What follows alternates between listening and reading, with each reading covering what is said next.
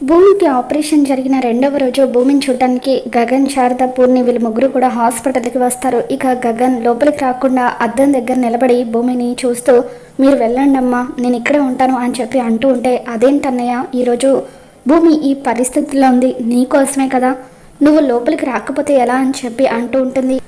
తర్వాత శారద, పూర్ణి ఇద్దరు కూడా భూమిని కలవడానికి లోపలికి వెళ్తారు. శారదను చూసి భూమి చాలా సంతోషపడిపోతూ ఉంటుంది. ఒకే ఇంట్లో ఉంటూ ఎవరు ఏమైపోతే నాకెందుకులే అనుకునే ఈ రోజుల్లో నువ్వు నీ ప్రాణాలు అడ్డు వేసి మరి నా కొడుకుని కాపాడావు, నా కుటుంబాన్ని నిలబెట్టావు, ఏమిచ్చి నీ రుణాన్ని తీర్చుకోవాలో కూడా తెలియడం లేదని చెప్పి శారద అంటూ ఉంటుంది. ఇక అప్పుడు భూమి, ఆయనకు ఏమైనా జరిగితే మీరు ఏమైపోతారో అన్న భయం నాలో కలిగింది ఆంటీ, అందుకే ఆ చావుని నేను తీసుకోవాలనుకున్నాను అని చెప్పి భూమి అంటూ ఉంటుంది. ఇక గగన్ ఆ మాటలకు చాలా ఎమోషనల్ అవుతాడు. పూర్ణి, శారద ఇద్దరు అక్కడ నుండి వెళ్ళిపోయిన తర్వాత భూమి నిద్రపోతూ ఉంటుంది. నిద్రపోతున్న భూమి దగ్గరికి గగన్ వస్తాడు. అలా భూమి వైపు ప్రేమగా చూస్తూ తన తల నిమురుతూ అలా అక్కడే కూర్చొని భూమిని ప్రేమగా చూస్తూ ఉంటాడు.